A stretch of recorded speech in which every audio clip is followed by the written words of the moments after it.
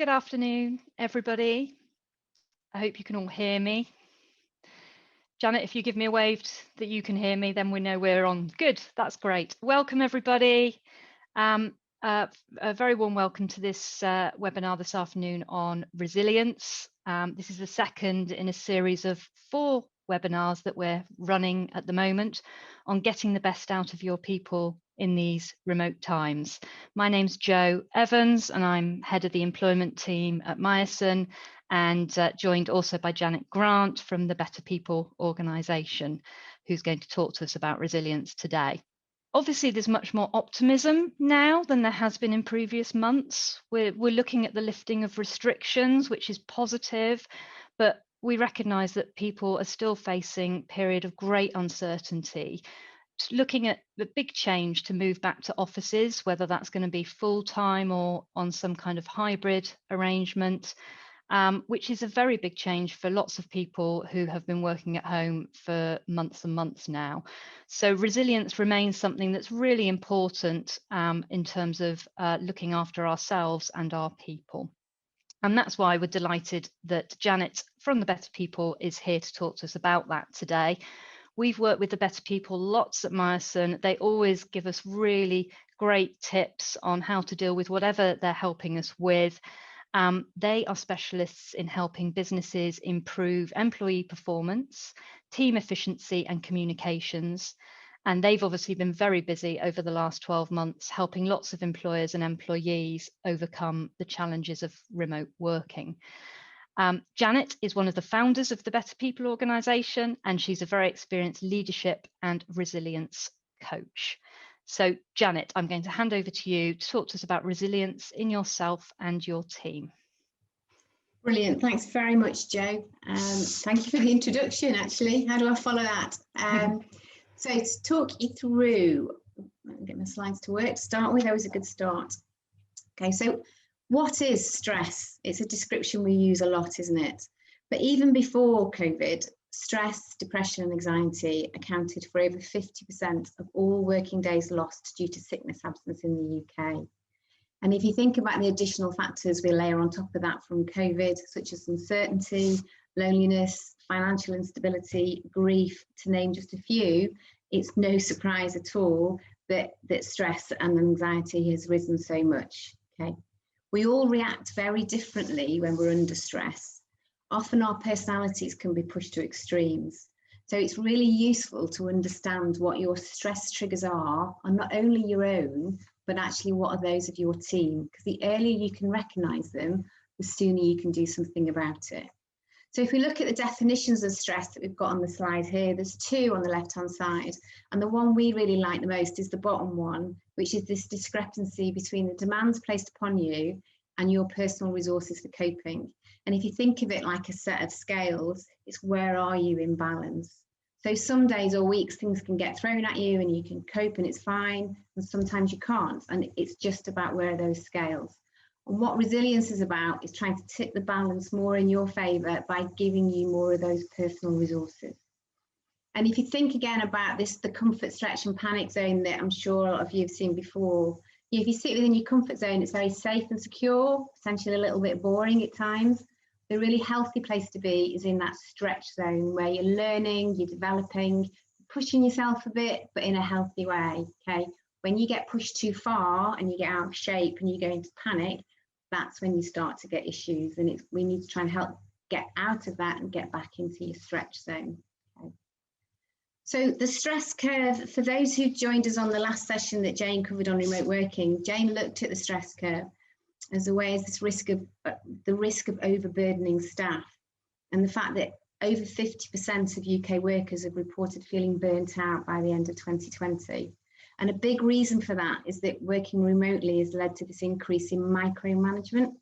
And if you're micromanaging your team, you're pushing a lot of stress onto them. And so it's trying to pull back from that.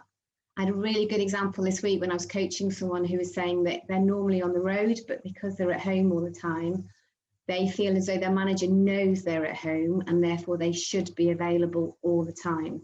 So they feel guilty even when they go and make a cup of tea because they think, well, you know, I need to be here, I need to be available. And their manager's not doing that to them necessarily, they're putting that on themselves, but you can imagine the impact that will have over time. Okay. This stress curve actually, if you with your team, is a really good visual display to use if you're having team catch-ups and huddles, because you can put it up on screen and sort of say to people, where are you? And obviously with things like Zoom, you can just use stickers and stuff to put a marker as to where you're feeling.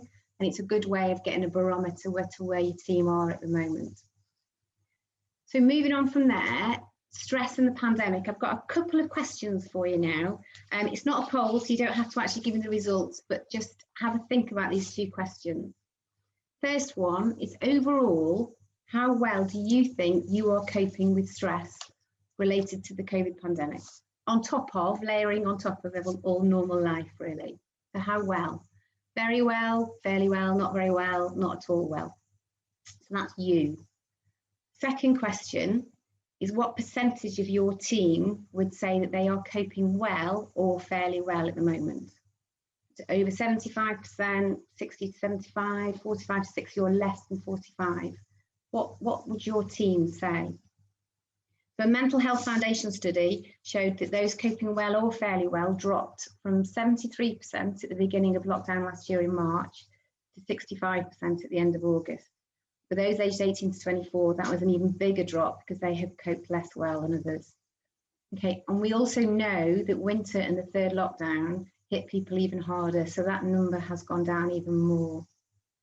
And Mental Health UK commissioned a report in February 2021, so just a couple of months ago, and that found that 35% of small business owners had experienced panic attacks, and almost half had experienced some signs of depression because of the pandemic.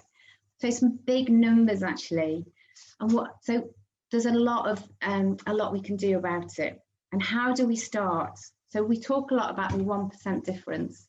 And that's about, if you can change 1% tomorrow and 1% the day after and keep working on it, it can make a significant difference over a period of time. So what do we need to do to start that upward trajectory to get us into a better place? Okay, there's lots of encouraging signs. Like Joe said, you know, we're starting to get released. We're starting to see some good signs. An Ernst & Young survey in March indicated that 72% of business leaders are embracing the future and can see opportunities. But how do you tap into them? How do you get a positive, enthusiastic, productive team around you to make the most of them? So resilience. Resilience is the way in which we can get that set of scales better balanced and give us coping strategies to help us bounce back better from stress. We can't wave the magic wand and take the stress away, but actually we do have the choice as to how we deal with it. It might not feel like it sometimes when we're in the middle of it, but we can choose how we respond to stress and how quickly we can come back from it. Okay. So another little bit of information for you. So Deloitte's commissioned a mental health report last year, and that highlighted a 500% return on investment for companies that have spent money on supporting mental health in the workplace. So for every £1 invested, you get a £5 return. So, you know, brilliant returns. And our research through all the RQI programs that we follow and use has shown the numbers on the right. So higher subjective well-being, lower stress scores, fewer sick days, and higher work performance and therefore productivity. So imagine the impact on you and your team and your business by just starting to see some of those improvements. So I mentioned the RQI. So the RQI is the resilience system that we use. So resilience can be quite a generic sort of title, but it's really important to try and dig down into it and get specific. And that's what our RQI program does. And it uses 7 years worth of research and data and science, and it's been pulled together into the psychometric questionnaire and therefore a report. And it's based around these 6 key elements and then 26 sub-elements that go within it. And these elements are to try and target you and your teams into thinking about those the key things that can make the difference. And if we think again about that 1%, what is it that's going to start getting you into that more productive, focused and optimistic team? Okay. So where does it come from? Why do we respond to stress in such a way that we do? So we often react to stress with the fight or flight response. So it's a normal reaction that's been built up through thousands of years, and it's our instinct. Okay, this is our inborn pre-wired response for dealing with danger. So when our body senses that there's danger, which is how we get to stress, there's this really complex response that happens.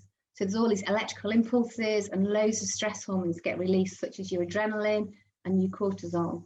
And they have a really powerful effect on your body, because what they're doing is they're making you ready to be able to fight for your life or run for your life, actually, so that you can stay alive. Okay, so when you think about some of your reactions to stress, physical reactions like you might get flushed, you feel your heart rate going up, emotionally you feel all wired up, that's actually your instincts kicking in to help keep you alive.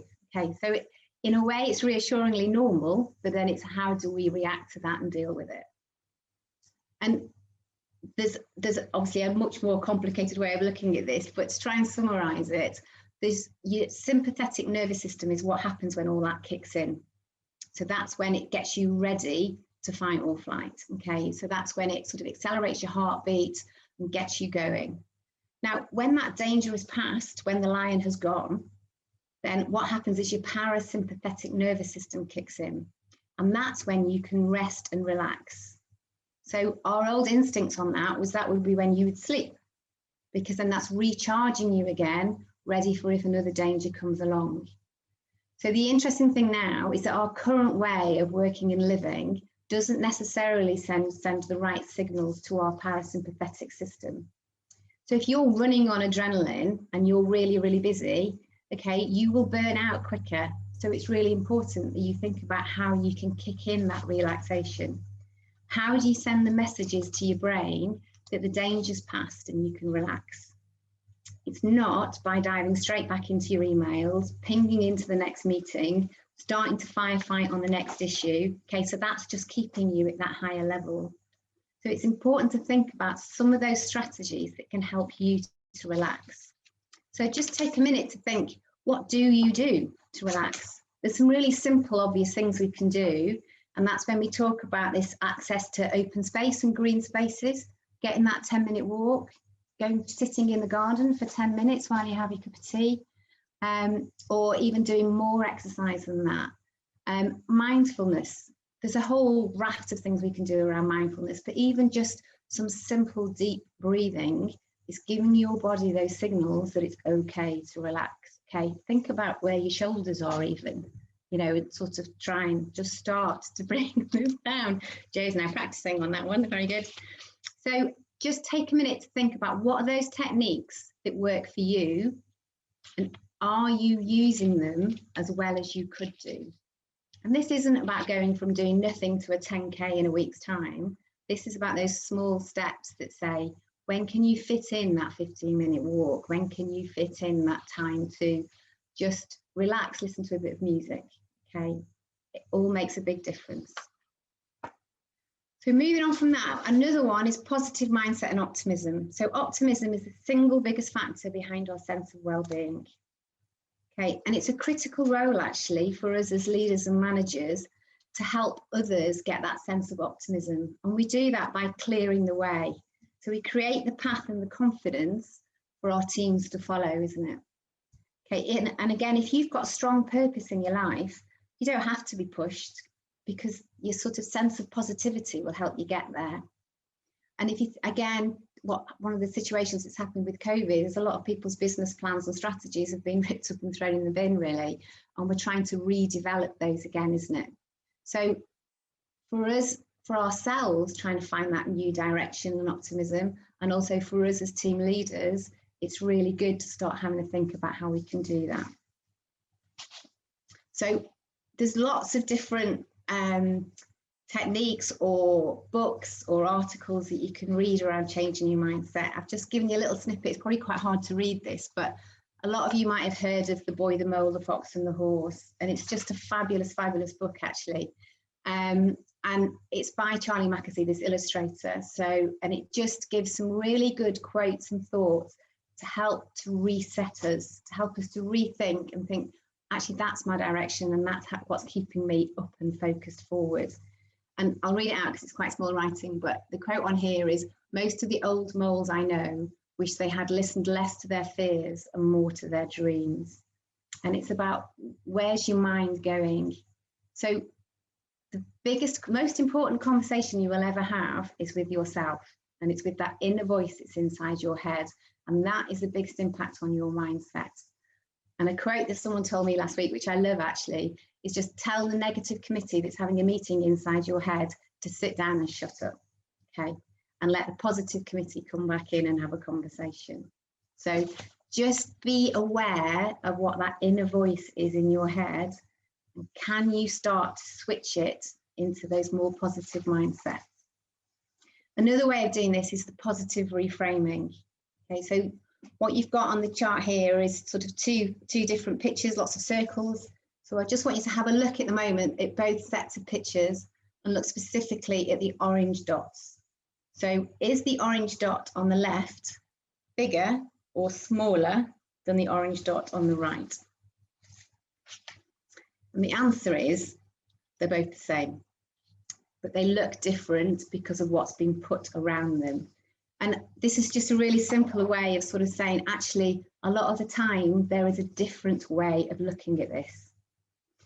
And when we get into signs of stress, when we start to get stressed, one of the symptoms of that, or one of the reactions from that, is that we can internalize a lot. So it becomes harder to see things from another perspective. So it's really useful to be aware of that and to think, right, okay, I need to give myself a little bit of pause.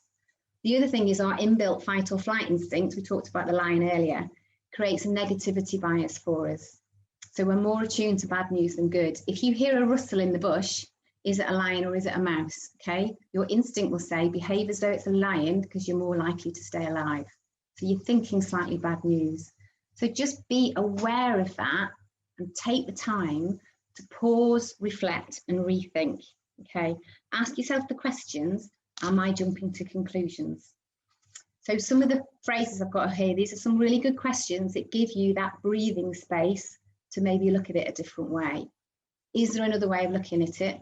If so, what is it? What can I find that's positive in the situation? Sometimes you might have to dig a bit deep, but there will be a positive somewhere, and just finding it helps.